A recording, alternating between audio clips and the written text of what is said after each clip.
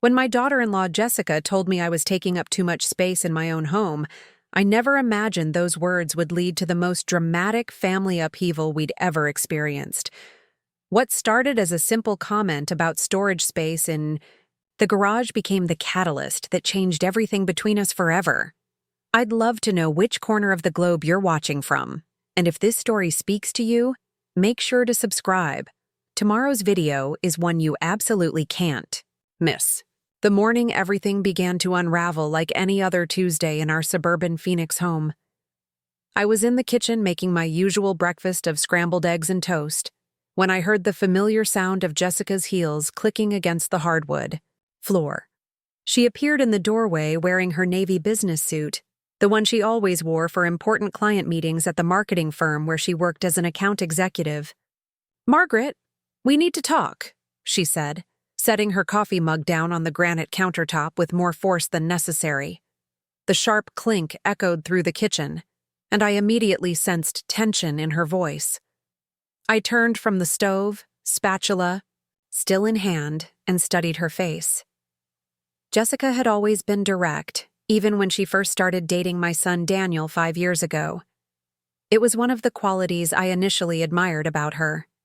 She didn't play games or speak in riddles like some of the other women Daniel had brought home over the years. But this morning, there was something different in her expression, a hardness around her green eyes that I hadn't seen before. "Of course, dear. What's on your mind?" I asked, turning off the burner and giving her my full attention. Jessica crossed her arms and leaned against the kitchen island. "It's about the living situation here. Daniel and I have been talking, and we both feel like you're taking up too much space in this house." The words hit me like a physical blow. I set the spatula down carefully, trying to process what she'd just said. This was my home, the same 4-bedroom colonial that my late husband Robert and I had purchased 32 years ago, when Daniel was just a toddler. We'd raised him here, celebrated countless birthdays and holidays within these walls, and Robert had passed away in the master bedroom upstairs just 3 years prior. "I'm sorry, what do you mean by taking up too much space?" I asked, my voice carefully controlled despite the turmoil brewing inside me. Jessica gestured broadly around the kitchen. "Look around, Margaret. Your stuff is everywhere. The garage is completely full of your belongings. We can't even park both our cars there. The basement has all those boxes from when Uncle Robert died. The spare bedroom is like a storage unit with all your crafting supplies and photo albums. Daniel and I are newlyweds trying to start our life together, and we feel cramped." I felt heat rising in my cheeks. When Daniel and Jessica got married 8 months ago, they'd moved in temporarily while they saved money for a down payment on their own place. At least that's what they'd told me. The arrangement was supposed to last 6 months, but here we were, well past that timeline, and they seemed to have settled in quite comfortably. "Jessica, when you and Daniel asked to move in, I welcomed you both with open arms. I cleared out Daniel's old bedroom so you could have more space.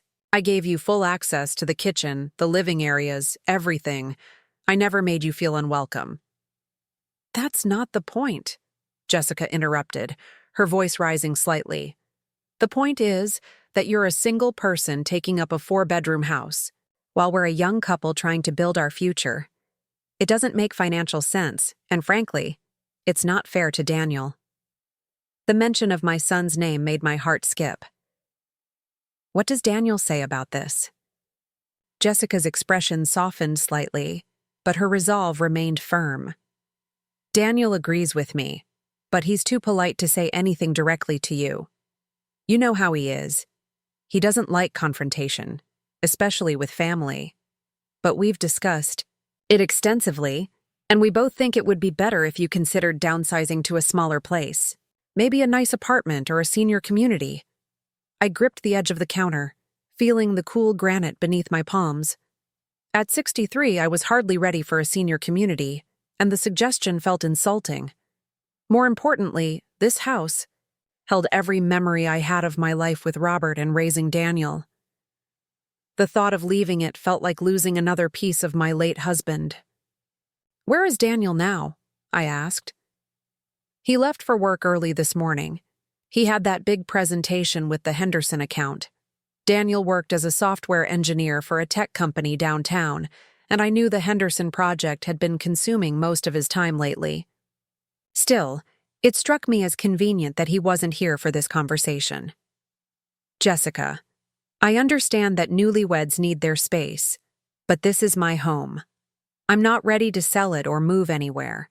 If you and Daniel are feeling cramped, perhaps it's time to revisit your original plan of finding your own place."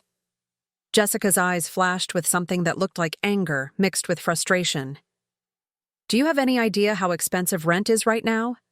We're trying to save for a house, but every month we stay here, we're able to put away nearly $2,000 that would otherwise go to rent.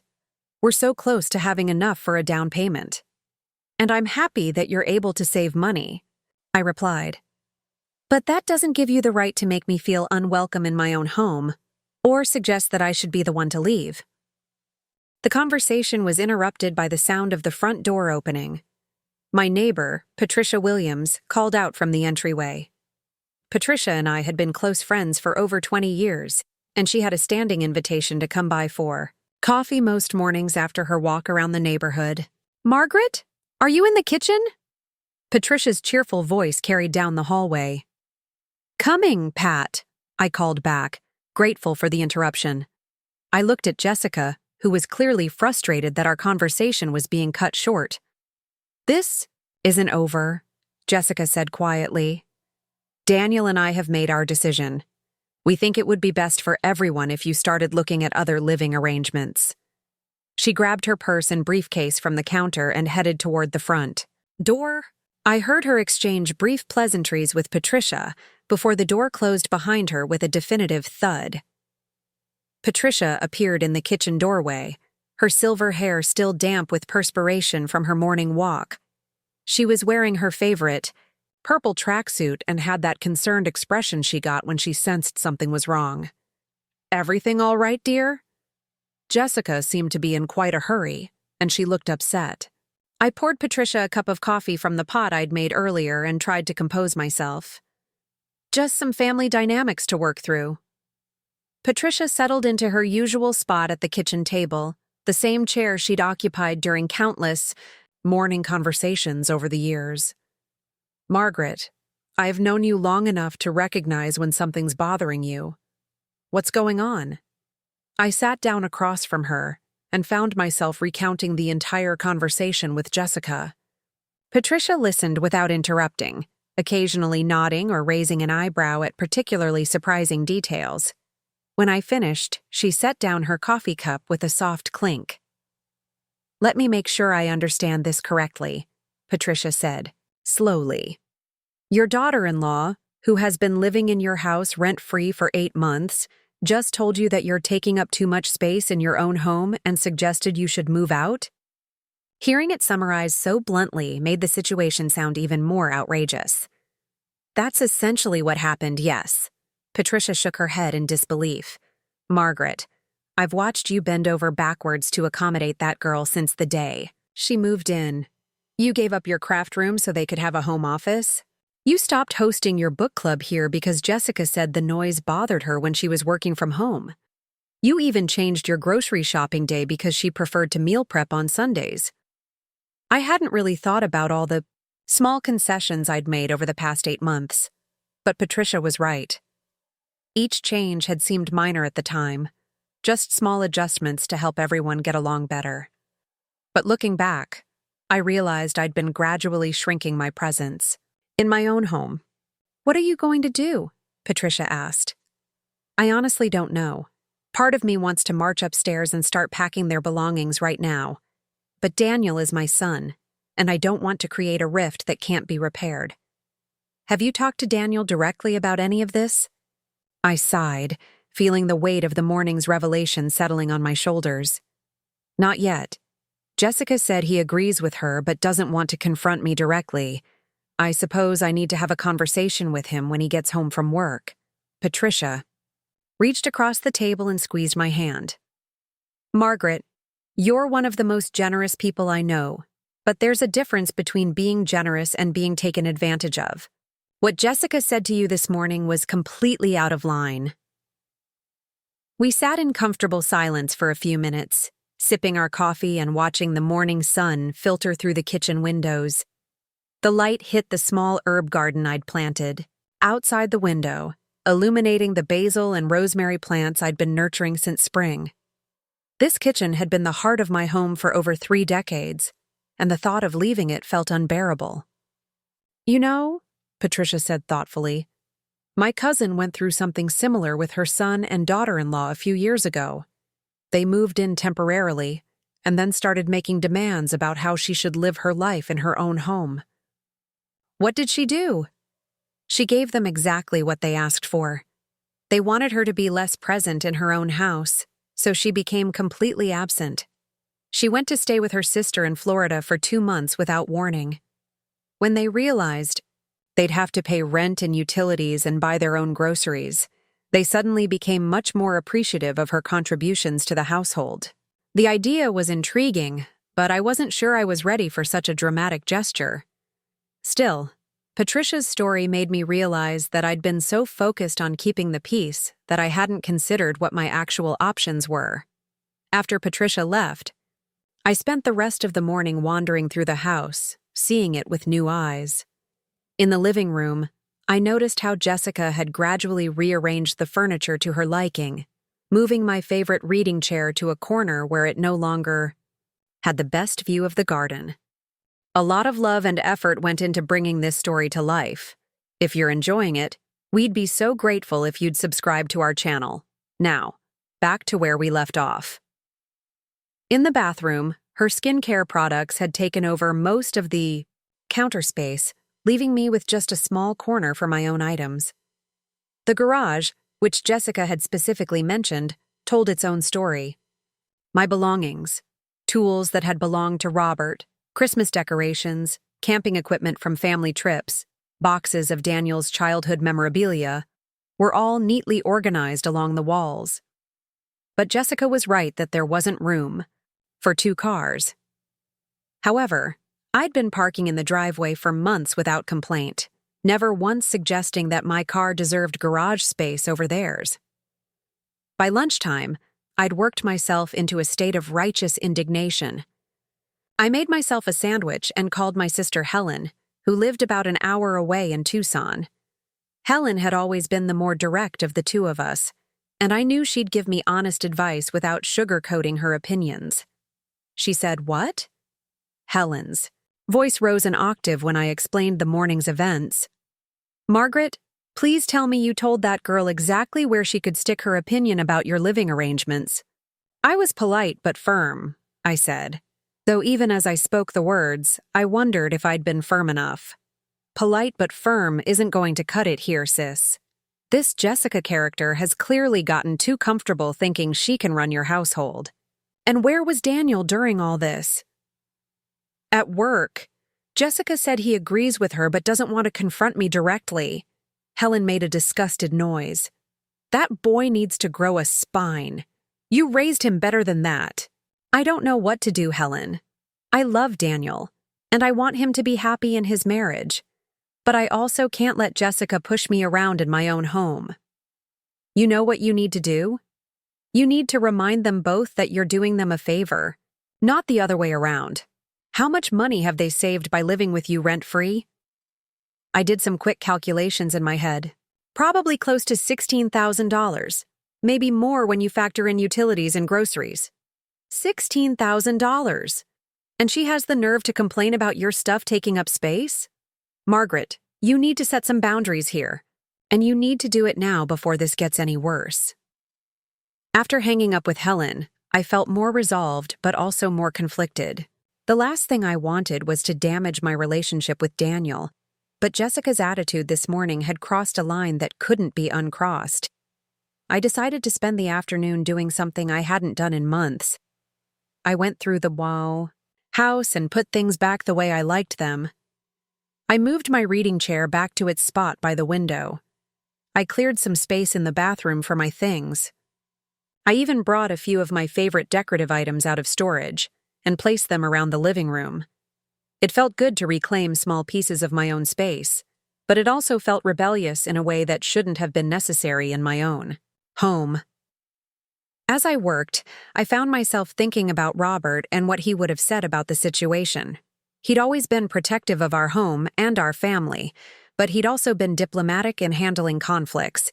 Still, I couldn't imagine him tolerating anyone suggesting that I should be the one to leave our house.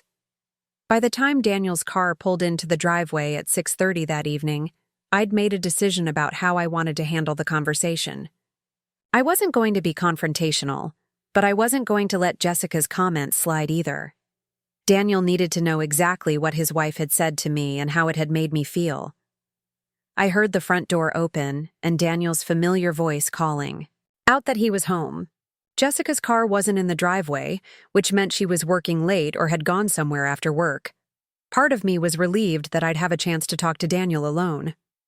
"Hey, Mom," Daniel said as he entered the kitchen, loosening his tie. At 34, he still had the same easy smile he'd had as a child, and his dark hair was beginning to show just a hint of gray at the temples, making him look more like his father every year.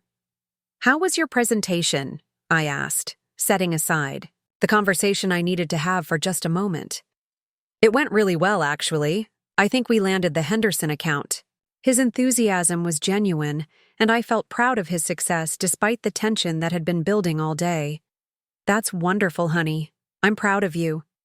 Daniel grabbed a beer from the refrigerator and sat down at the kitchen table. "Where's Jess? Her car wasn't in the driveway." "She's not home yet." "Daniel, we need to talk about something that happened this morning."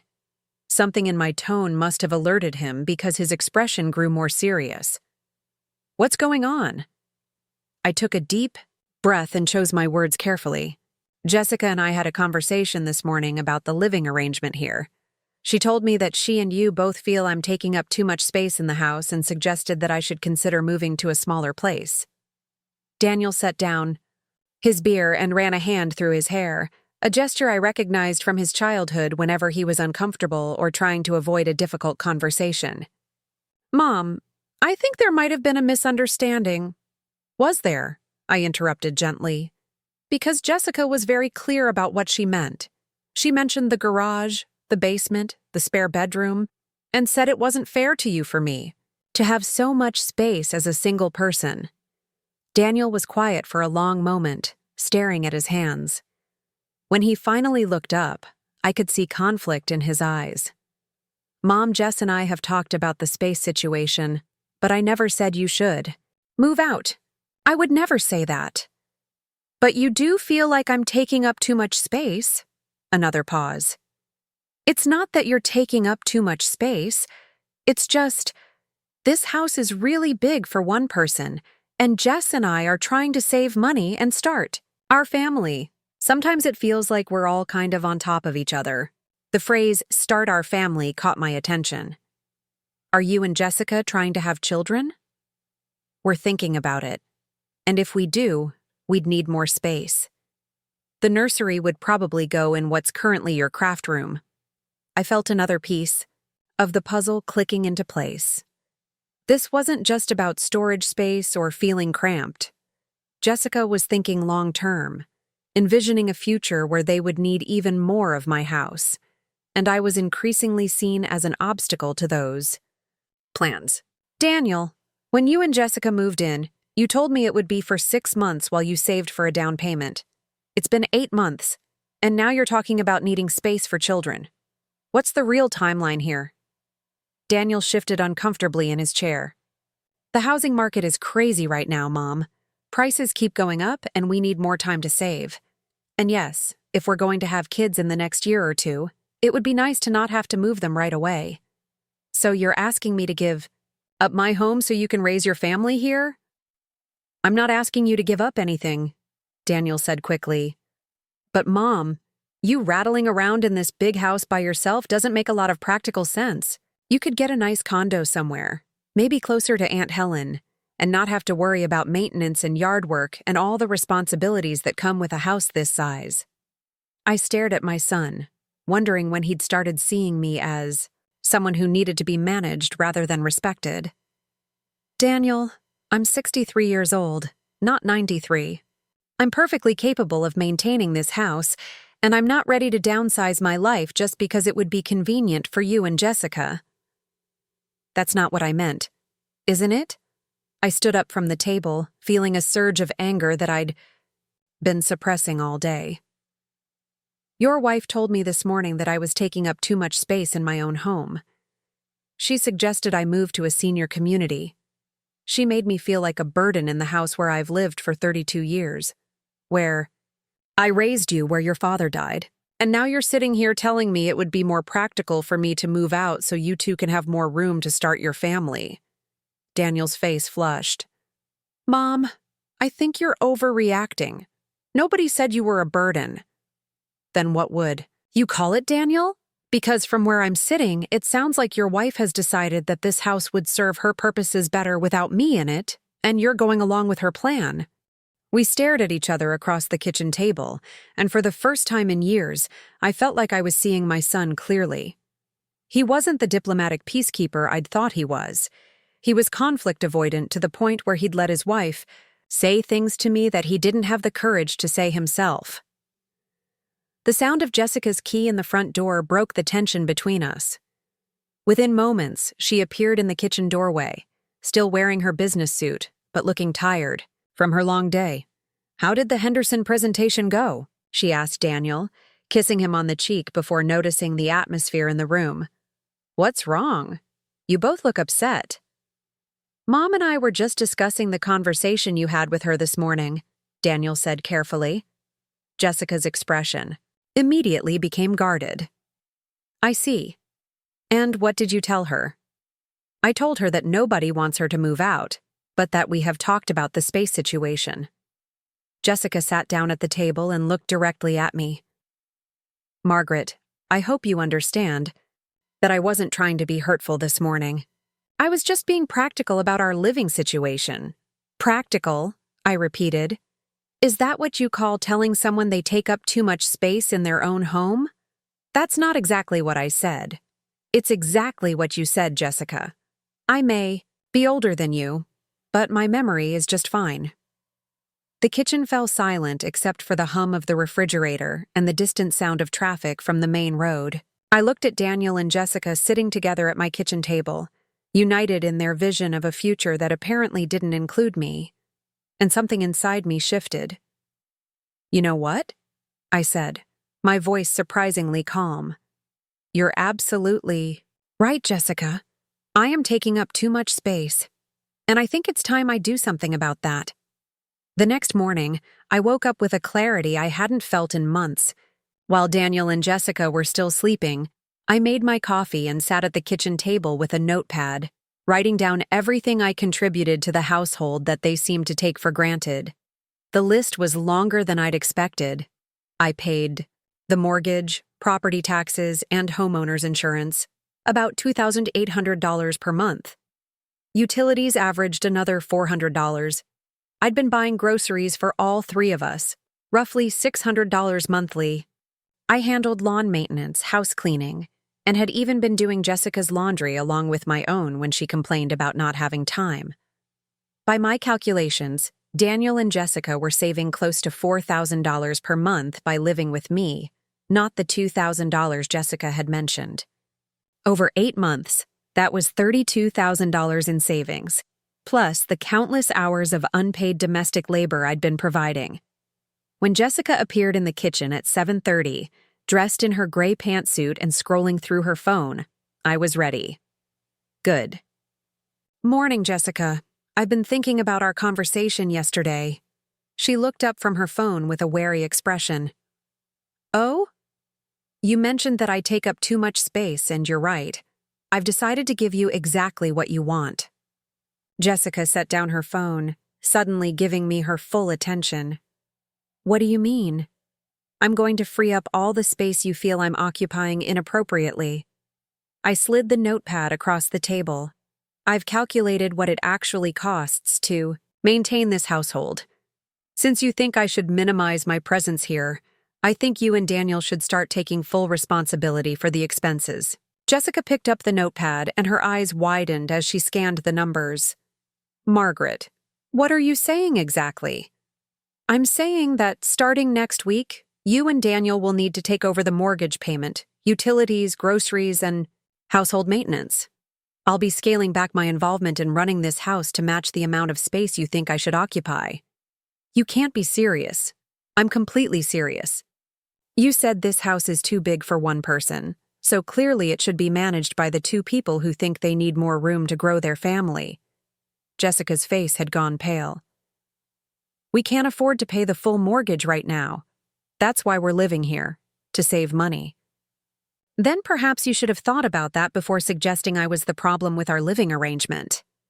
Daniel appeared in the doorway, already dressed for work, but looking confused by the tension he'd walked into. What's going on? Jessica turned to him with panic in her voice. Your mother is demanding that we take over all the household expenses starting next week. I'm not demanding anything, I corrected calmly. I'm simply responding to Jessica's feedback about my space usage. She feels I occupy too much of this house for one person, so I'm adjusting my contribution accordingly. Daniel sat down heavily, at the table, running his hands through his hair. Mom, can we all just take a step back here? I think there's been a misunderstanding. There's no misunderstanding, Daniel. Your wife was very clear about how she feels. I'm just giving her what she asked for. I stood up and poured myself another cup of coffee, feeling strangely liberated. I'll be moving my belongings out of the common areas today. The garage will be completely available for your cars. I'll clear out the basement storage and the spare bedroom. You'll have all the space you need. Where are you going to put your things? Jessica asked, and I detected genuine concern in her voice for the first time. That's not your problem anymore. You made it clear that my belongings were taking up too much space, so I'll handle it. The truth was, I'd already called my sister, Helen, the night before. She had a large basement and had offered to store whatever I needed while I figured out my next move. She'd also extended an open invitation for me to stay with her whenever I needed a break from the situation. Daniel was staring at the notepad Jessica had set down. Mom, we can't afford $2,800 a month for the mortgage alone, let alone all these other expenses. Then you have some decisions to make. You could get your own apartment for less than half that amount. But we're trying to save for a house, Jessica protested, and I was trying to help you do that by providing free housing. But since my presence here is such a burden, you'll need to find another way to achieve your goals. I left them at the kitchen table discussing their options in urgent whispers and went upstairs to start packing. The process was therapeutic in a way I hadn't expected. Each box I filled felt like reclaiming a piece of myself that I'd been gradually giving away. By noon, I'd loaded my car with several boxes and was heading to Helen's house. She met me at the door with a knowing smile. So, you're really doing this? I'm really doing this. They want me to take up less space, so that's exactly what I'm going to do. Helen helped me carry boxes down to her basement, chattering about how proud she was of me for finally standing up for myself. You know, I never liked that Jessica girl. Too entitled for her own good. I tried to give her the benefit of the doubt. She's young, and adjusting to married life can be challenging. Young is one thing, disrespectful is another.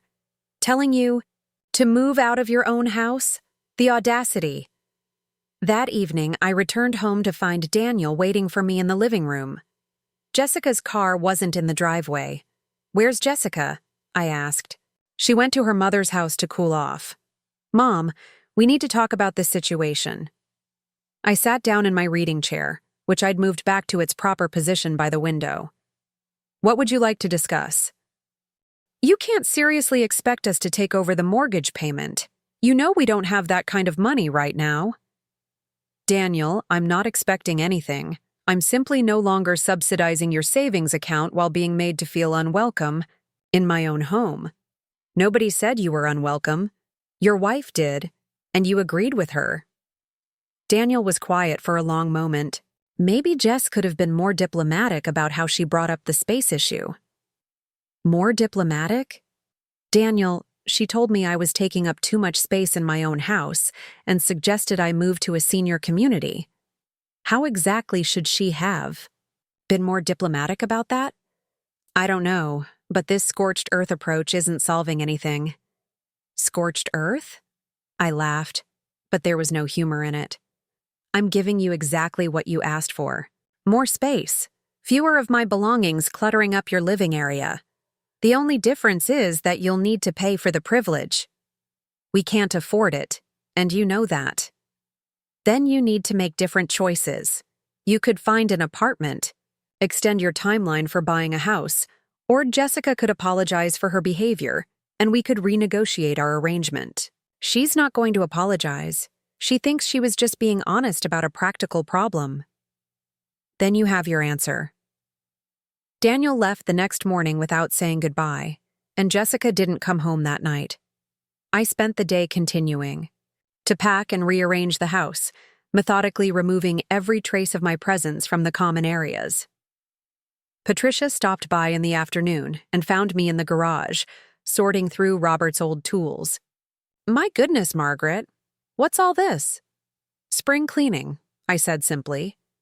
Patricia looked around at the boxes and empty spaces. "This looks more like spring cleaning. This looks like you're moving out." I explained what had happened over the past 2 days, and Patricia listened with growing amazement. "You mean to tell me they actually expected you to hand over thousands of dollars in monthly expenses because Jessica complained about your storage boxes? They didn't think it through that far. They just wanted me to accommodate their needs without considering what I was already providing. What are you going to do if they can't pay? They'll have to move out. The mortgage is in my name, and I'm not going to default on it to enable their entitlement." That evening, Daniel and Jessica both came home together. I was in the kitchen preparing dinner for one, a simple salad and grilled chicken breast. They sat down at the table, and Jessica cleared her throat. "Margaret, Daniel, and I have been talking, and we think we can work out a compromise." I continued preparing my meal without looking at them. "I'm listening. We could take over some of the expenses, maybe utilities and groceries, and you could continue paying the mortgage. In exchange, we'd all share the common spaces more, equally." "That's not what you asked for, Jessica. You specifically said I was taking up too much space and needed to downsize my presence here." I was frustrated when I said that. I didn't mean you should literally disappear from your own house. I finally turned to face them. "What did you mean then?" Jessica looked uncomfortable. "I meant we could organize things better. Maybe set up some boundaries about shared storage space." "You mean the boundaries I already established when I cleared out Daniel's bedroom for you? The boundaries I maintained when I gave up my craft room so you could have a home office? The boundaries I respected when I stopped hosting my book club because you found it disruptive? Those were different situations. Were they? Because it seems to me that every boundary change has involved me giving up something so you could have more. And now you want me to give up my financial security too." Daniel leaned forward.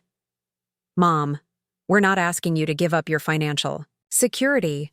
We're asking for a partnership where we all contribute fairly." "I've been contributing fairly, Daniel. I've been contributing everything while you saved $32,000 over the past 8 months. What exactly have you contributed besides criticism of my space usage?" The number seemed to shock them both. Jessica's mouth opened slightly, and Daniel blinked several times.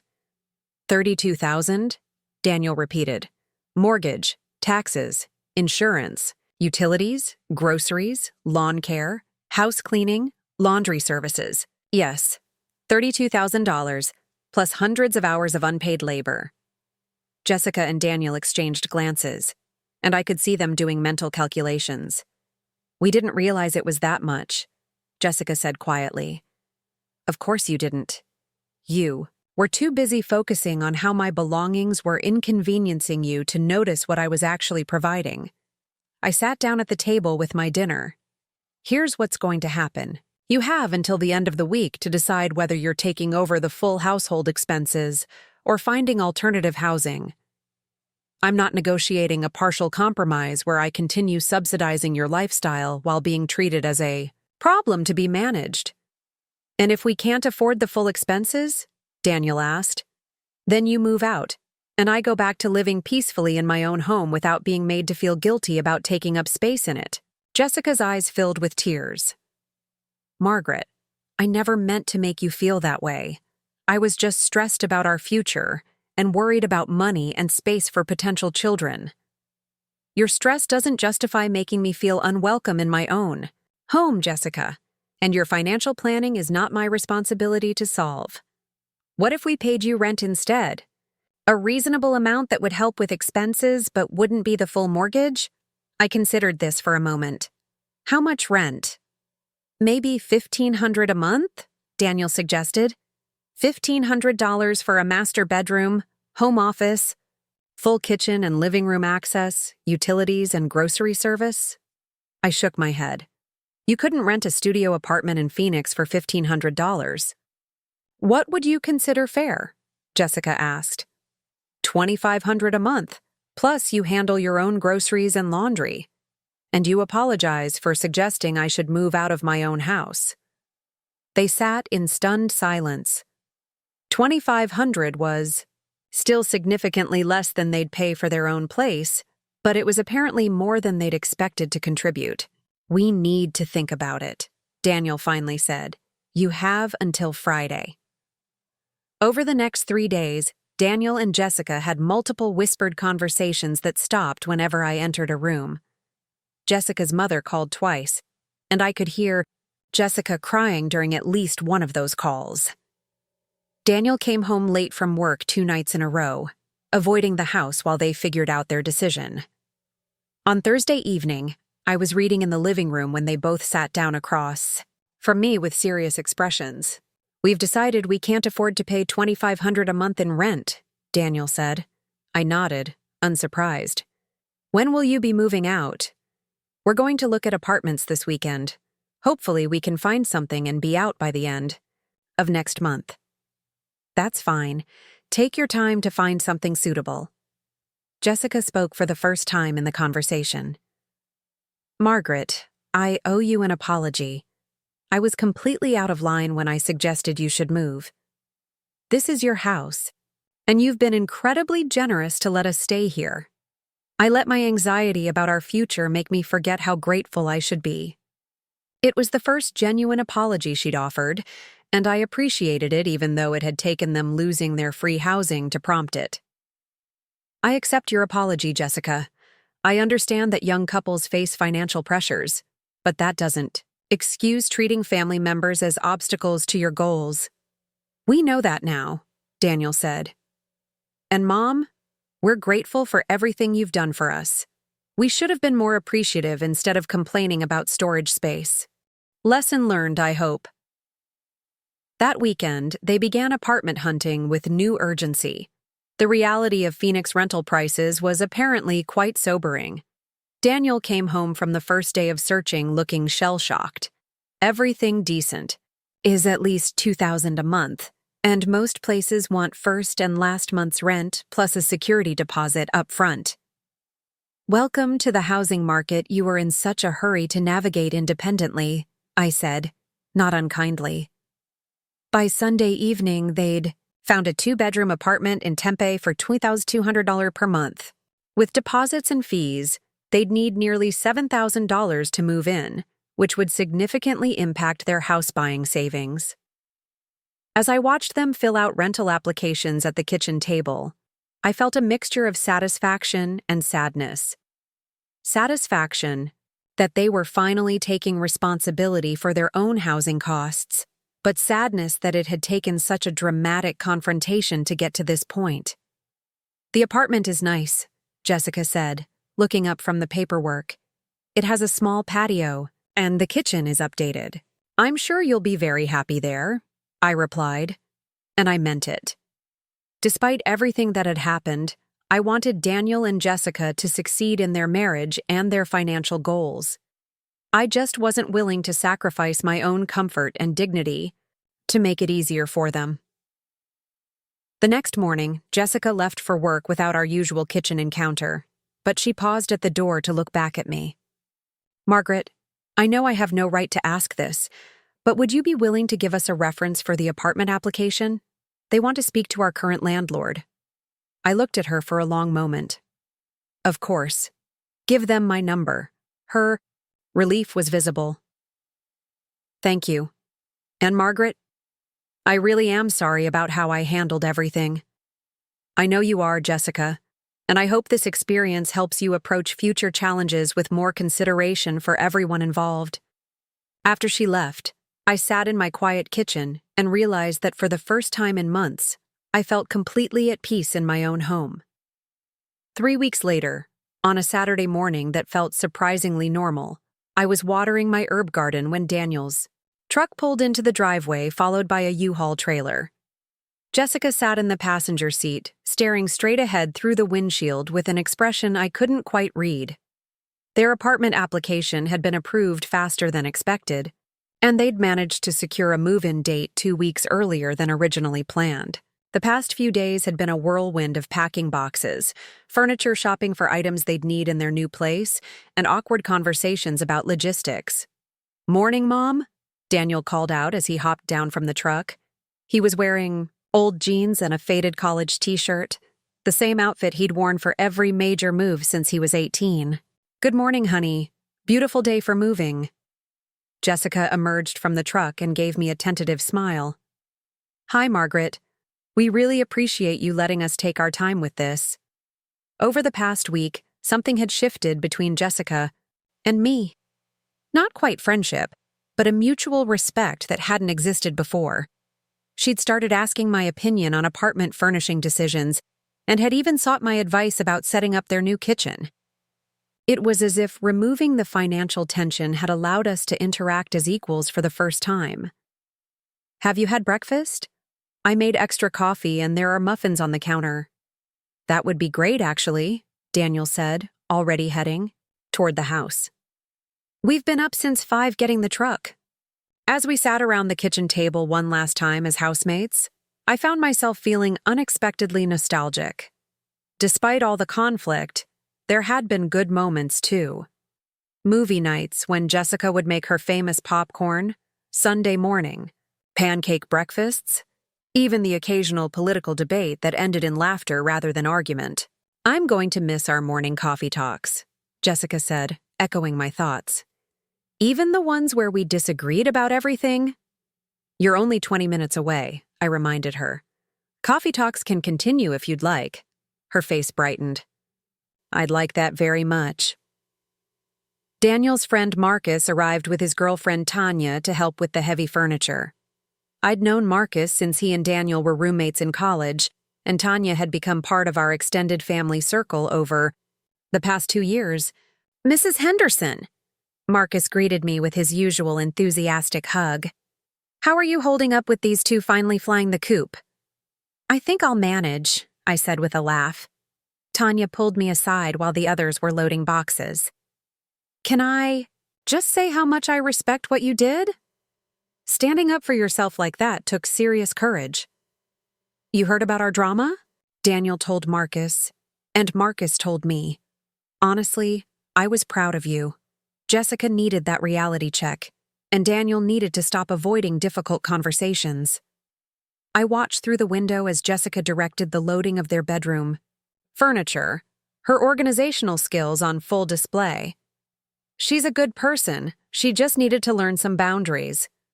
"The best people usually do," Tanya said wisely. By noon, the truck was loaded and the house felt strangely empty. They'd taken all the furniture from their bedroom, the desk from the home office, and various kitchen appliances Jessica had purchased over the months. The spaces looked bigger but somehow hollow. "I think that's everything," Daniel announced, wiping sweat from his forehead. We all stood in the driveway, that awkward moment when everyone knows it's time to say goodbye, but no one wants to be the first to start the process. "Before you go," I said, disappearing into the house for a moment. I returned with 2 wrapped packages. "Housewarming gifts," I explained, handing one to each of them. Daniel opened his first, a framed photo of him and Robert from his college graduation, one I'd been saving for when he had his own home to display it properly. "Mom," his voice caught slightly. "I love this. Thank you." Jessica unwrapped hers more carefully, revealing a small potted plant, a cutting from the rosemary bush in my herb garden that she'd always admired. "For your new kitchen window," I explained. "Rosemary for remembrance and new beginnings." Jessica's eyes filled with tears as she hugged me tightly. "Thank you, Margaret. For everything. For putting up with me while I figured things out, for teaching me about standing up for myself, and for not giving up on us completely. You're family, Jessica. Family doesn't give up on each other, even when they drive each other crazy." Daniel wrapped both of us in a group hug, and for a moment, we stood there in the driveway like we were posing for a photograph of a much more functional family than we'd actually been for the past few months. After they drove away, I walked through the house taking inventory of the changes. The silence was profound but not lonely. For the first time in months, every item I saw belonged exactly where I wanted it to be. Patricia appeared at my back door around dinner time, carrying a casserole dish and wearing a concerned expression. "How are you doing, dear? This must be quite an adjustment." "Actually, I feel wonderful," I said, and realized I meant it completely. "Come in, let's have some wine." We sat on the back patio as the sun set, sharing Patricia's tuna casserole and a bottle of Chardonnay I'd been saving for a special occasion. "So, what's next for you?" Patricia asked. "Any big plans now that you have the house to yourself again?" "I'm thinking about getting a dog," I said impulsively, surprising myself with the admission. "Maybe a golden retriever. Robert always wanted one. But we were too busy with work and raising Daniel." "That sounds perfect. Dogs are excellent company, and they're much better about not complaining when you take up too much space." We both laughed, and I realized that what had started as one of the most challenging periods of my life had somehow transformed into an opportunity for rediscovery. The following Tuesday, Daniel called during his lunch break. "How's the apartment?" I asked. "It's good. Small, but good. Jessica loves having her own kitchen to organize exactly how she wants it. She's been cooking every night. I think she's nesting or something. And how are the finances working out?" Daniel sighed. "Tight, but manageable. We had to adjust our house buying timeline, but we're learning to budget more carefully. Turns out groceries are expensive when you're buying them yourself." "Imagine that," I said dryly. "Mom, I owe you a real apology. Not just for Jessica's comment about you taking up too much space, but for letting you carry all the household responsibilities while we saved money. We took advantage of your generosity, and I should have recognized that long before. Things got so tense? I accept your apology, honey. And I hope you've learned something valuable about communication and respect in relationships." "We definitely have. Jessica started seeing a counselor about managing her anxiety instead of projecting it onto other people, and I'm working on being more direct about problems instead of avoiding them until they explode. Those sound like very healthy changes." That weekend, Jessica called and asked if she could come over to help me plant some new flowers in the front garden. I was surprised by the request, but pleased by it. "I miss having access to dirt," she explained as we worked together in the soil. "The apartment has that tiny patio, but it's not the same as a real garden." "You're welcome to come to the garden here anytime you'd like." "Really? Even after everything that happened?" I sat back on my heels and looked at her seriously. "Jessica, the conflict we had wasn't about you as a person. It was about respect and boundaries. Now that we've established those, there's no reason we can't have a good relationship." I've been thinking a lot about what you said during that whole mess. About how I kept asking you to accommodate me without considering what you were already doing for us. I never want to be that entitled again. The fact that you recognize it means you won't be. As we worked, Jessica told me about her new job prospects. She'd been offered a promotion that would come with a significant salary increase, which would help with their new budget constraints. The extra money will be nice, but honestly, I'm enjoying the challenge of managing our own household. It feels more like being an actual adult, you know? I do know, and I'm proud of both of you for taking on that responsibility. A month later, I was sitting in my living room with a cup of tea and a real estate magazine when the doorbell rang. Daniel and Jessica stood on my front porch with flowers and nervous smiles. "We have something to tell you," Jessica announced. My first thought was pregnancy, but Daniel's next words surprised me. "We put an offer on a house." "Already? I thought you were going to rent for at least a year to rebuild your savings." "We were, but Jessica's promotion came through with an even bigger raise than expected, and we found this perfect little starter home that the owners are motivated to sell quickly." Jessica was practically bouncing with excitement. "It's a 3-bedroom ranch with a huge backyard. There's even space for a vegetable garden. That's wonderful news. I'm so happy for you both." "The thing is," Daniel continued, "we were wondering if you might want to see it before we finalize everything. We'd love your opinion." As we drove to the house they'd fallen in love with, I reflected on how dramatically our relationships had evolved. 3 months ago, Jessica had been suggesting I was taking up too much space in my own home. Now she was eagerly seeking my approval for the home she wanted to create with my son. The house was indeed perfect for them, cozy but not cramped, with updated appliances and a yard that begged for family barbecues and garden parties. "What do you think?" Jessica asked anxiously as we finished the tour. "I think it's exactly right for you both. You'll be very happy here." Standing in their potential living room, watching Daniel and Jessica discuss furniture placement and paint colors, I felt a deep satisfaction that had nothing to do with being right about our previous conflict. They were building something together, taking full responsibility for their choices and their future, and including me in their excitement without expecting me to subsidize it. "When do you close?" I asked. 6 weeks, if everything goes smoothly," Daniel replied. "Then we should start planning a proper housewarming party." Jessica beamed. "Would you help us host it?" "I'd be honored to." As we drove home, I realized that sometimes the most loving thing you can do for someone is refuse to enable their worst impulses. By standing firm about my boundaries, I'd forced Daniel and Jessica to grow up in ways that ultimately strengthened their marriage and their independence, and I'd rediscovered my own strength in the process.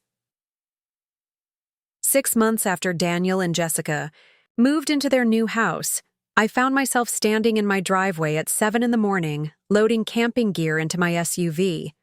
The golden retriever I'd adopted, a 2-year-old named Rusty, was pacing excitedly in the back seat, somehow understanding that an adventure was about to begin. "You sure you've got everything?" Patricia asked, checking items off a list she'd made for my trip. "Sunscreen, bug spray, that fancy sleeping bag you bought?" "I'm going camping in Sedona, not surviving in the wilderness," I laughed. "But yes, I think I'm prepared." This solo camping trip had been months in the planning. After rediscovering my independence and personal space, I'd developed an appetite for experiences I'd been putting off for years. Robert had never been much for camping, and during Daniel's childhood, family vacations had always been carefully structured affairs at resorts or theme parks. Helen had called me crazy when I'd announced my plans. "You're 64 years old, Margaret. What if something happens to you out there alone?" "Then I'll handle it," I replied. I've been handling things quite well lately. The truth was, I felt more capable and confident than I had in years. Standing up to Jessica and Daniel had awakened something in me, a sense of my own strength that I'd forgotten existed. Rusty and I were halfway to Sedona when my phone rang through the car's Bluetooth system. Jessica's name appeared on the dashboard screen. "Hi, Jessica. What's up?" "Margaret, I'm so sorry to bother you, but we have a bit of an emergency situation." I felt my stomach tighten. "What's wrong? Is Daniel okay?" "Daniel's fine, but my parents are in town unexpectedly, and our guest room is completely torn apart from the renovation project. They need somewhere to stay for 3 nights, and I was wondering if you might have space for them at your house." pulled over at a rest stop to give the conversation my full attention. Your parents want to stay at my house? I know it's a huge imposition, especially after everything that happened between us earlier this year.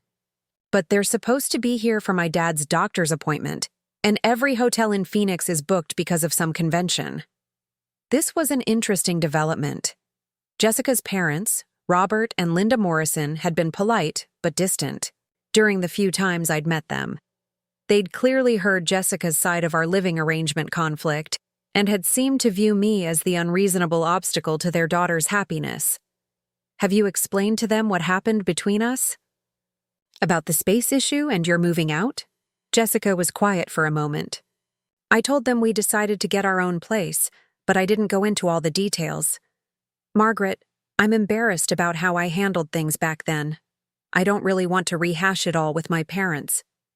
So they still think I was the problem? Don't know what they think. But Margaret, you've been so gracious about everything since we moved out. Would you consider helping us out? I sat in my car, watching Rusty sniff around the rest area, and considered my options. The old Margaret would have immediately said yes, eager to prove she wasn't the difficult person Jessica had once painted her to be. But the new Margaret had learned the value of boundaries. Jessica, I'm actually on my way to Sedona for a camping trip. I won't be back until Sunday. Oh. The disappointment in her voice was evident. Well, that's okay. We'll figure something else out. However, I continued, your parents are welcome to stay at my house while I'm gone. Patricia has a spare key, and she can let them in and show them around. Really? You'd let them stay there while you're not even home? Why not? It's just an empty house otherwise. They can make themselves comfortable, and Patricia can check on them if they need anything. Margaret, that's incredibly generous. Are you sure? I'm sure. Just have them call Patricia when they arrive, and she'll take care of everything. After ending the call, I continued driving toward Sedona, reflecting on how different this interaction had been from our previous conflicts. Jessica had asked for help without demanding it, acknowledged that it was an imposition, and accepted my conditions gracefully. It was progress. The camping trip turned out to be exactly what I needed. 3 days of hiking red rock formations, reading. By the campfire, and having conversations with other campers reminded me of parts of myself I'd neglected for too long. Rusty proved to be an excellent adventure companion, equally enthusiastic about exploring trails and lounging in the shade. On Saturday evening, as I was preparing dinner over the camp stove, my phone buzzed with a text from Jessica. Your house is beautiful. My parents are so impressed with your hospitality. Thank you again for saving us. The next message was from an unknown number. This is Linda Morrison, Jessica's mother. I wanted to thank you personally for opening your home to us. Your kindness has been overwhelming. Sunday afternoon, I returned home to find my house cleaner than I'd left it and a handwritten note on the kitchen counter. Dear Margaret, thank you for your incredible generosity. Your home is lovely, and we can see why Jessica and Daniel were so comfortable here. We hope we can return the favor someday. With gratitude, Robert and Linda Morrison P.S. We bought groceries to replace what we used and left some extra items in appreciation. I opened the refrigerator to find it fully stocked with high-quality ingredients and several prepared meals in containers labeled with heating instructions. They'd clearly gone out of their way to show their appreciation. Monday morning, Jessica. Called while I was having coffee on the back patio. My parents can't stop talking about you, she said. They're completely smitten. They were wonderful guests, very respectful of the house and incredibly thoughtful. They were also very curious about why Daniel and I moved out. I ended up telling them the whole story about our argument and how you stood up for yourself. How did they react to that? Jessica sighed. My mom was horrified. She said she couldn't believe I'd been so disrespectful to someone who was helping us so much. My dad was actually impressed that you didn't let us walk all over you. And how do you feel about them knowing the whole story? Relieved, actually. I was so ashamed of how I'd acted that I didn't want them to know the details. But keeping it secret made it seem like you were the problem, which wasn't fair to you. 2 weeks later, I received an unexpected phone call from Linda Morrison. "Margaret, I hope you don't mind me calling directly. Jessica gave me your number." "Of course not, Linda. How are you?" "I'm well, thank you. I'm calling because Robert and I would like to invite you to dinner next weekend. We're visiting Jessica and Daniel again, and we'd love to take you out as a proper thank you for your hospitality." Dinner with Jessica's parents was surprisingly enjoyable. They were intelligent, well-traveled people with interesting stories and strong opinions about everything from politics to gardening. Over the course of the evening, I began to understand where Jessica had gotten both her assertiveness and her organizational skills. "Jessica told us about the conflict you had earlier this year," Linda said as we waited for dessert. "She did?" "Yes, and I owe you an apology. When she first told us they were moving out of your house, she made it sound like you were being inflexible about sharing space. I'm embarrassed to admit that I supported her perspective without hearing your side of the story." Robert nodded. "We didn't realize how much you were doing for them financially. Jessica's always been independent, but I think we failed to teach her enough about gratitude and reciprocity in relationships. She's learned those lessons now," I assured them. "And she's applied them beautifully to her marriage and her career." "Thanks to you standing your ground," Linda said. "Jessica needed someone to show her that her behavior had consequences. We were too far away to see what was happening, and Daniel was too conflict-averse to address it directly." Over the following months, I found myself developing a genuine friendship with Jessica's parents. Linda shared my love of historical novels, and Robert was an enthusiastic gardener who helped me plan a complete renovation of my backyard landscaping. The four of us, Linda, Robert, Jessica, and I, even took a weekend trip to Flagstaff. Together, where we hiked, visited local museums, and had long conversations about family dynamics and personal growth.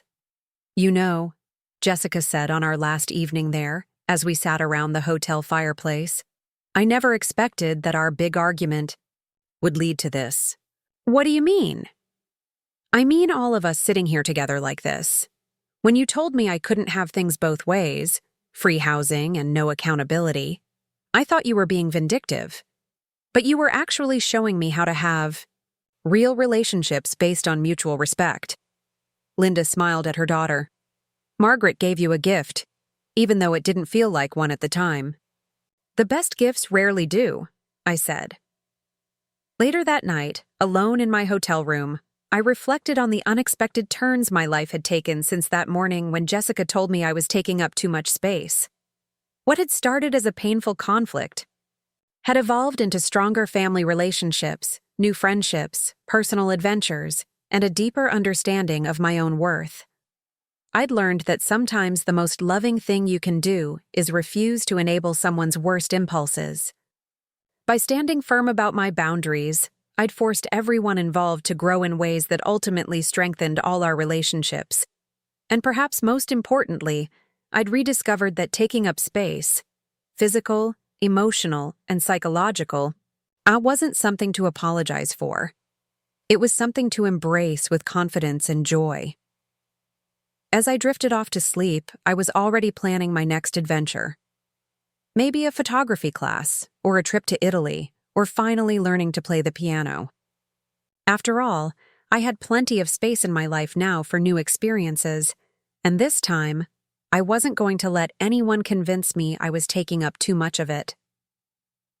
1 year after the space confrontation that changed everything, I was standing in Daniel and Jessica's new kitchen, arranging canapes on serving platters while Rusty supervised from his position by the sliding glass door. Their housewarming party had evolved into an annual tradition, and this year's gathering was shaping up to be the biggest yet. "Margaret, you've outdone yourself with these appetizers," said Dr. Sarah Chen, Jessica's new colleague from the marketing firm. "What's in the spinach rolls?" "Feta, sun-dried tomatoes, and a touch of nutmeg," I replied, enjoying the compliment. Cooking had become one of my rediscovered passions over the past year, along with photography, hiking, and my Italian language classes. Jessica appeared beside me, looking radiant in a flowing blue dress that complemented her engagement ring. They'd recently upgraded from the simple band they'd purchased during their budget-conscious phase. "The Hendersons just arrived," she announced. "And Daniel's boss is here with his wife. I think we might have 40 people tonight." "Wonderful. Do you need help with anything else?" "Actually, could you do me a huge favor? My cousin Emily is here from Denver, and she's going through a really difficult time with her mother-in-law. I was hoping you might talk to her. You have such a good perspective on family dynamics." I found Emily on the back patio, standing alone by the fire pit with a glass of wine and a troubled expression. She was a petite woman in her early 30s, with shoulder-length brown hair and the kind of tired eyes that suggested she'd been dealing with stress for quite some time. "Emily, I'm Margaret, Jessica's former mother-in-law. She mentioned you might like to chat." Emily's face lit up with recognition. "Oh my goodness, you're the one who stood up to Jessica about the space thing. She's told me that story several times. I've been dying to meet you." We settled into comfortable patio chairs, and Emily launched into her situation. Her mother-in-law, Caroline, had been making increasingly demanding requests since Emily's husband lost his job 6 months earlier. Caroline had offered to help with their mortgage payments, but the assistance came with strings attached. She wanted input on their budget, their social activities, and even their marriage decisions. "Last week, she told my husband that I was being irresponsible by buying organic groceries when we're accepting her financial help," Emily explained. "She said I needed to start acting like a grown-up about money and suggested I get a second job instead of pursuing my master's degree." "How does your husband respond when she says things like that?" Emily's expression darkened. "He agrees with her. He says she's just trying to help, and I should be more grateful. But I feel like she's using her money to control our lives, and now she's turning my own husband against me." The situation sounded depressingly familiar, though with the roles reversed from my experience with Jessica. "What would happen if you stopped accepting her financial help?" "We'd probably lose the house. My husband's job search isn't going well, and my part-time income isn't enough to cover the mortgage. So you're trapped between losing your home and losing your autonomy." "Exactly. And the worst part is that everyone treats me like I'm being ungrateful when I express any frustration about the situation." I sipped my wine and considered Emily's dilemma. Her situation was more complex than mine had been. She genuinely needed the financial assistance, whereas Jessica and Daniel had simply wanted to save money faster. "Emily, can I ask you something? If you had to choose between keeping the house and keeping your self-respect, which would you choose?" She was quiet for a long moment. "I never thought about it in those terms. Sometimes we get so focused on maintaining the status quo that we don't consider alternative solutions. What if there were a third option you hadn't thought of? Like, what? Like setting clear boundaries about what kind of input you'll accept in exchange for financial help, or finding ways to reduce your expenses so you need less assistance, or even considering whether keeping the house is worth the emotional cost you're paying." Emily's eyes widened. "You mean we could sell the house?" "You could do lots of things. The question is whether you're willing to make changes to improve your situation, or if you'd rather keep complaining about a situation you're choosing to stay in." It was blunt advice, perhaps harsher than she'd expected, but Emily nodded thoughtfully. "Jessica warned me you were direct. I've learned that directness saves everyone time and energy, especially when it comes to family conflicts." We were interrupted by Daniel, who approached with a warm smile and a fresh glass of wine for me. "Mom, Jessica said you were out here giving relationship advice. Should I be worried that you're planning to start a consulting business?" "Your mother has excellent instincts about family dynamics," Emily said. "I can see why Jessica has so much respect for her now." Daniel's eyebrows rose slightly. "Now, as opposed to before?" Emily looked embarrassed. "I'm sorry, I just meant, it's fine. I assured her. Daniel knows his wife and I had some growing pains in our relationship. We've all learned from the experience. After Emily went inside to find her husband, Daniel and I sat together watching the fire pit flames dance in the evening breeze. You know, Mom, I never thanked you properly for how you handled that whole situation with Jessica. You don't need to thank me for standing up for myself in my own home. That's not what I mean. I mean for forcing us to grow up. Jessica and I were so comfortable letting you take care of everything that we forgot we were supposed to be building our own life together. I studied my son's profile in the firelight. At 35, he looked more mature than he had a year ago, more settled in his own skin.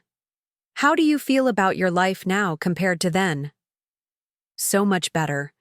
Jessica and I are actually partners. Now, instead of two people living off your generosity, we make decisions together, we handle our own problems, and we appreciate what we have because we're working for it ourselves. And Jessica? How is she adjusting to full independence? Daniel smiled. She loves it. That promotion she got came with even more responsibility, and she's thriving. She's talking about starting her own consulting firm in a few years. Through the sliding glass door, I could see Jessica animatedly discussing something with a group of colleagues, her hands moving expressively as she made her points. She looked confident and vibrant in a way I hadn't seen during the months she'd lived with me. I'm proud of both of you, I told Daniel. It takes courage to change patterns that aren't working, even when change is uncomfortable. Speaking of change, I have some news I wanted to share with you privately before we tell everyone else. My heart skipped. Good news, I hope. The best news. Jessica's pregnant. For a moment, I couldn't speak. Then joy flooded through me, mixed with a dozen other emotions I couldn't immediately name. Daniel, that's wonderful. How far along is she? Just 8 weeks, so we're still being cautious about who we tell. But we wanted you to be among the first to know. I hugged my son tightly, remembering the conversation from a year ago when Jessica had mentioned wanting space for children. At the time, it had felt like another demand on my home and resources. Now, it felt like the natural progression of a young couple building their life together on their own terms. Have you told Jessica's parents? Not yet. We're planning to tell them next weekend when they visit. But Mom, there's something else I wanted to discuss with you. I waited, sensing this was important. Jessica and I have been talking about what kind of grandparent relationship we want you to have with the baby. We both agree that we want you very involved, but we also want to make sure we establish good boundaries from the beginning.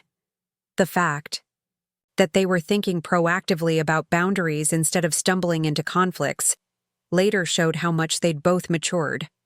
What kind of boundaries did you have in mind? Things like checking with us before buying big gifts or making plans with the baby. Respecting our parenting decisions even if you might do things differently. Support us without taking over. Those sound like very reasonable expectations. And on our side, we want to make sure we don't take advantage of your willingness to help. We're not expecting free babysitting or financial support for baby expenses. I felt a surge of pride at how thoughtfully they were approaching this new chapter. I appreciate that you're thinking about these things in advance. It shows respect for everyone involved. Inside the house, someone had started playing music, and I could see couples beginning to dance in the living room. The party was shifting into its more relaxed evening phase. There's one more thing, Daniel said. Jessica and I were wondering if you'd be willing to be the baby's childcare provider once her maternity leave ends. We'd pay you the same rate we'd pay a professional daycare, and it would only be 3 days a week since Jessica's planning to work part-time for the first year. This was unexpected. You want me to provide childcare?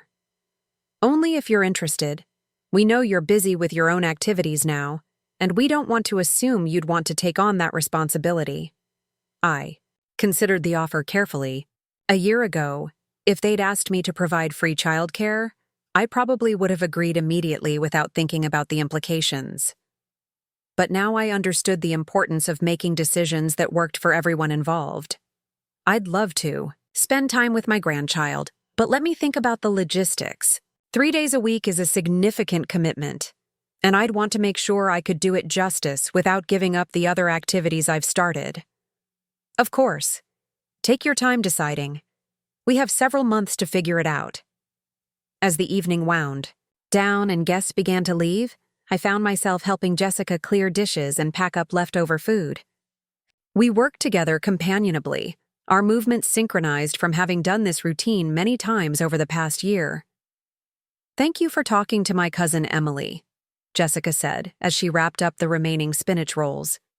"She seemed much more hopeful after your conversation. She's in a difficult situation, but she has more options than she realizes." "That's what you told me when I was complaining about space issues, isn't it? That I had more options than I was considering." I paused in my dish drying to look at Jessica. "Do you regret the choices you made?" "Not for a second. Moving out was the best thing we could have done for our marriage and our relationship with you. I just wish I'd been more mature about how I handled the conversation initially. We all handled things imperfectly. The important thing is that we learned from the experience." Jessica set down the dish towel and turned to face me fully. "Margaret, I need to tell you something I've never said directly. When I suggested you were taking up too much space, I was really saying that I felt small and insecure in my own life. You seemed so confident and settled, and I felt like a child playing house. Instead of working on my own confidence, I tried to make you smaller." It was the most insightful thing Jessica had ever said about our conflict, and it explained so much about the dynamic that had developed between us. "Thank you for telling me that. It helps me understand your perspective better. I've been in therapy for the past 6 months, working on communication and anxiety management. One of the things I've learned is that when I feel overwhelmed, I tend to look for external things to control instead of dealing with my internal issues." "And now?" Jessica smiled. "Now I know that the answer to feeling small isn't to make other people smaller. It's to find ways to grow myself." As I drove home that night, Rusty sleeping peacefully in the passenger seat after a successful evening of networking with party guests, I reflected on the remarkable transformations I'd witnessed over the past year. Emily would probably struggle with her mother-in-law's situation for a while longer, but our conversation had planted seeds that might eventually grow into healthier boundaries. Daniel and Jessica were preparing to become parents with a level of maturity and mutual respect that hadn't existed when they'd lived with me. And I had evolved from someone who accommodated others at her own expense to someone who maintained boundaries while still being generous and loving. The next morning, I was sitting in my kitchen with coffee and the newspaper when my phone rang. Emily's name appeared on the screen. "Margaret, I hope it's not too early to call. I wanted to update you on something that happened after I got home last night." "Not too early at all. What's going on?"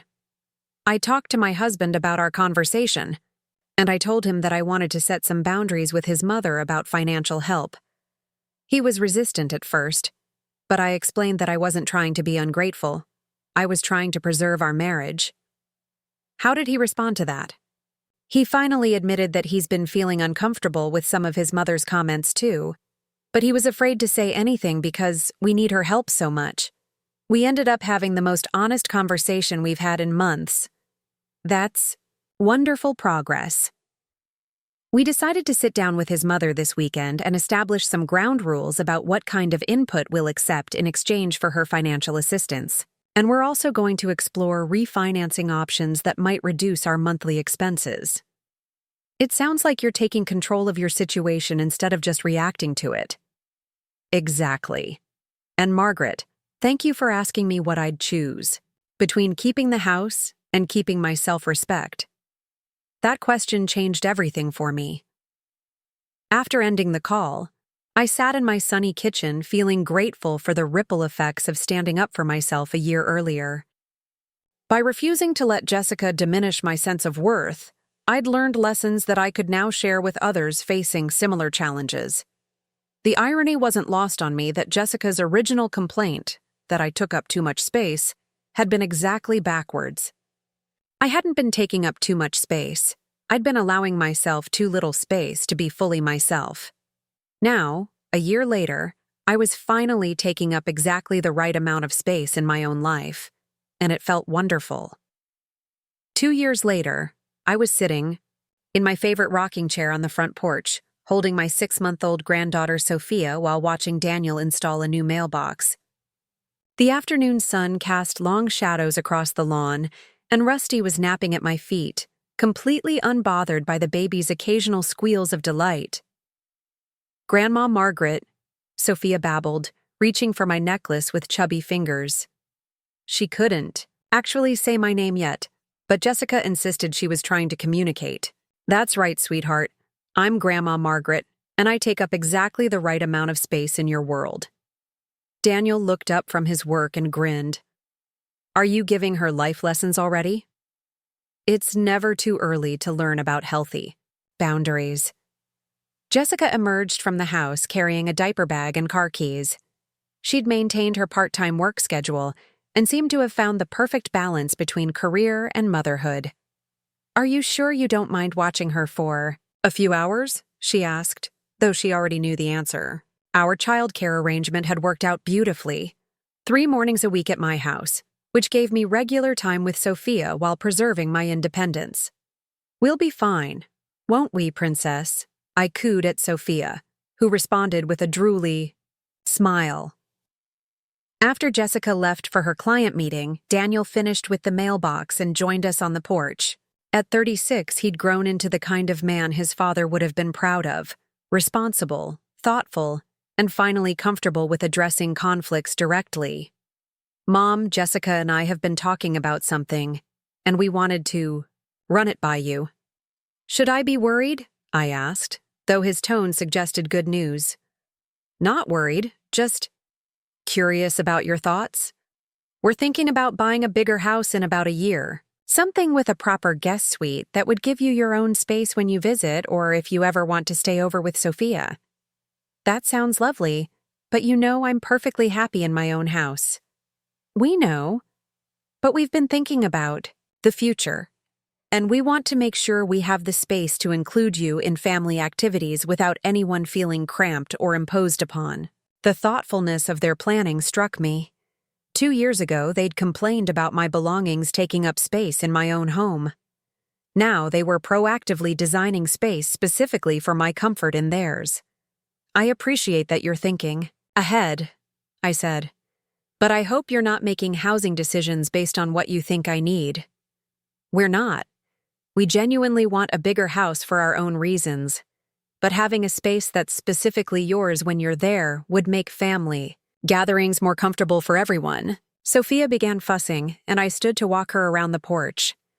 The gentle motion calmed her immediately, and she settled against my shoulder with a contented sigh.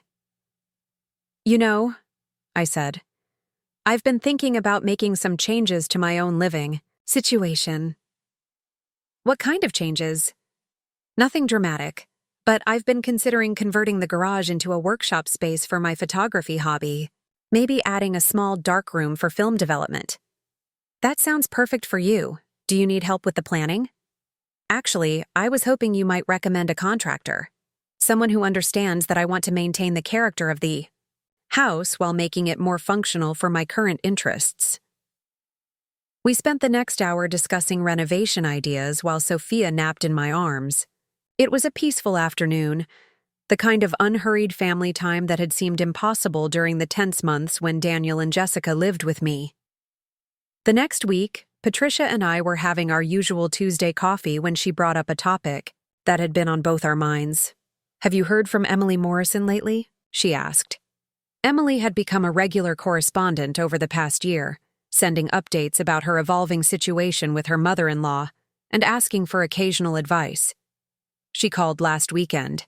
She and her husband finally paid off their debt to his mother and established complete financial independence. How did Caroline take that? About as well as you'd expect. Emily said there were some tense conversations, but Caroline eventually admitted she was proud of them for getting their finances sorted out. And Emily's marriage? Stronger than ever, apparently. Her husband finally learned to support her instead of automatically siding with his mother. Patricia shook her head in amazement. It's remarkable how your experience with Jessica has helped so many people. You've become quite the unofficial counselor. I just tell people what I learned the hard way, that you can't have healthy relationships without healthy boundaries. That evening, Jessica called during Sophia's bedtime routine. Margaret, I have something exciting to tell you. I've been offered a partnership in a new marketing consultancy. It's exactly the kind of opportunity I've been hoping for. That's wonderful news. Tell me about it. It's 3 other women who want to start their own firm specializing in small business marketing. We'd each have equal ownership and decision-making authority. It sounds perfect for you. Are you going to accept? I want to, but it would mean some big changes. I'd be working more hours initially, at least until we get established, and there would be some financial risk during the startup phase. What does Daniel think? He's completely supportive. He says he'd rather see me take a calculated risk on something I'm passionate about than play it safe in a job that doesn't challenge me. And what do you think? Jessica was quiet for a moment. I think I'm ready. 2 years ago, I was so anxious about our financial security that I couldn't imagine taking any risks. But now I feel confident in our ability to handle challenges together. That confidence shows in everything you do now. You've become fearless in the best possible way. I learned that from you, you know. Watching you stand up for yourself when I was being unreasonable showed me what real courage looks like. After ending the call, I realized that Jessica's transformation had been even more dramatic than mine. She'd evolved from someone who tried to control external circumstances to manage her anxiety into someone who trusted her own abilities to handle whatever came her way. 3 months later, I was hosting a dinner party to celebrate Jessica's new business venture. The dining room was full of friends and family, including Patricia, Helen, Jessica's parents, and several colleagues from her new firm. I'd like to make a toast, Jessica announced, standing with her wine glass raised. To second chances, healthy boundaries, and the woman who taught me that taking up space isn't something to apologize for. Everyone turned to look at me, and I felt my cheeks warm with embarrassment and pleasure. 2.5 years ago, Jessica continued, I told Margaret she was taking up too much space in her own home. It was the most foolish thing I've ever said, and it led to the most important lesson I've ever learned. She looked directly at me across the crowded table. Margaret, you taught me that respect isn't something you give to people who accommodate you. It's something you give to people who know their own worth. Thank you for knowing yours, and for helping me find mine. As everyone raised their glasses, I felt a deep satisfaction that had nothing to do with being vindicated. It was the satisfaction of watching people you love grow into the best versions of themselves. Later that evening, after the guests had gone home and Jessica was settling Sophia in her crib, I sat on my back patio with a cup of tea and reflected on the journey that had brought us all to this point. The woman who had felt hurt and confused by Jessica's criticism about taking up too much space no longer existed. In her place was someone who understood that defending your boundaries isn't selfish. It's necessary for healthy relationships. I'd learned that true generosity comes from a place of strength, not from a need to be needed. And I'd discovered that sometimes the most loving thing you can do is refuse to enable someone's worst impulses. My phone buzzed with a text from Emily. Wanted you to know that my husband and I just bought our first house, one we can actually afford on our own income. Thank you for helping me find my courage. I smiled, thinking about the ripple effects of that difficult conversation with Jessica all those years ago. By refusing to be diminished in my own home, I'd learned lessons that had benefited not just my family, but strangers who had heard my story secondhand. As I sat in my beautiful backyard, with my converted garage workshop visible through the window, and Rusty snoring gently beside my chair, I felt completely at peace with the amount of space I occupied in the world. It was exactly the right amount. No more, no less. And I would never apologize for it again. Looking for more? We've got 2 amazing stories ready for you right on screen. If this one touched you, these are absolutely worth your time. Click to watch them now. And hey, subscribe and hit that bell to never miss our latest uploads.